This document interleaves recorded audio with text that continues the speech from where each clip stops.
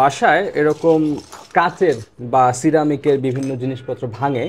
তো যেই জিনিসগুলো ভাঙে সেগুলো আমরা কি করি, আমরা সরাসরি এটাতে ফেলে দিই ডাস্টবিনে, অথবা বাসার যে বিন আছে সেখানে আমরা ফেলি, এবং সেটা চলে যায় হচ্ছে যারা ময়লা টোকায় ওদের ওইখানে।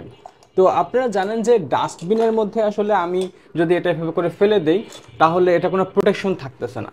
যারা আমাদের ভাইয়েরা আছেন কাজ করেন, বা বোনেরা আছেন কাজ করেন, ডাস্টবিন থেকে ময়লাগুলো তুলে সেটা অন্যত্র নিয়ে যান, তো তাদের হাত অনেক সময় এগুলোতে কাটে। আমি একবার কথা বলেছিলাম, জেনেছি, তারপর থেকে আমি এই কাজটি করি। এই ভিডিওটা বানানোর উদ্দেশ্য হচ্ছে যে আপনারাও এই কাজটি অবশ্যই করবেন।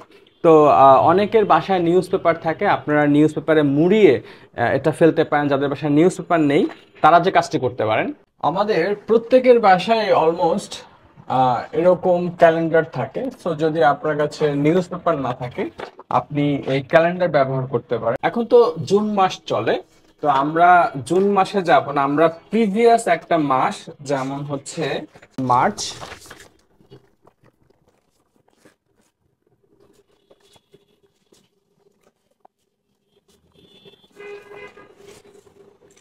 দর্শক, আমরা এটাকে এভাবে করে ভাগ করতে পারি।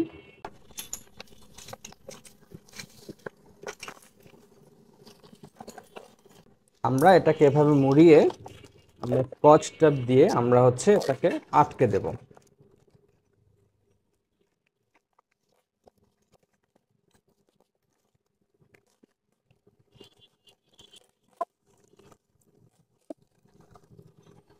এটা করলে দর্শক যেটা হবে যে অনেকেই সতর্ক হবে যে আসলে এটার মধ্যে এমন কিছু আছে যার কারণে এটা এভাবে করে আটকে দেওয়া হয়েছে। তো এতে করে যেটা হবে যে আমাদের যারা পরিচ্ছন্নতা কর্মী ভাই বোনেরা আছেন তাদের সেফটির জন্য এটা অনেক বেশি কাজ করবে। শুধু তাই না, আপনারা জানেন যে কুকুর বিড়াল আছে, তারাও কিন্তু এই ময়লা নর্দমার থেকে খাবার খায়। তো তাদের খাবার খাওয়ার সময় অনেকের মুখ বা নাক অনেক কিছুই কাটে। আপনারা দেখবেন যারা আসলে অ্যানিম্যাল লাভার আছেন তারাও এই বিষয়টি লক্ষ্য করবেন যে এই কাজটি হয় কিন্তু। হ্যাঁ, তো আপনি যদি এভাবে করে এটাকে পেঁচিয়ে তারপর আপনি ডাস্টবিনে ফেলেন, তাহলে কিন্তু আপনার এই সমস্যাটি হবে না। এটা সেভ হইলো, এটা এটা দেখে যে কেউ মনে করবে যে এর মধ্যে এমন কিছু আছে, এটা সাবধান। সো আমরা অবশ্যই এটা করতে পারি। এটা আমরা করলে খুবই ভালো হবে। দেখেন, এটা খুব সুন্দর হয়েছে, এবং এটা আমি যদি ফেলে দিতে চাই তাহলে খুব ইজিলি আমি এটা ফেলে দিতে পারবো। দর্শক, আমরা এখন এটা ফেলে দিব হাবিজাবির মধ্যে। তো এটা ফেলে দিলে এখন আমার জন্য একেবারে সেফ হয়ে গেল। ভালো থাকবেন সবাই। আল্লাহ হাফেজ।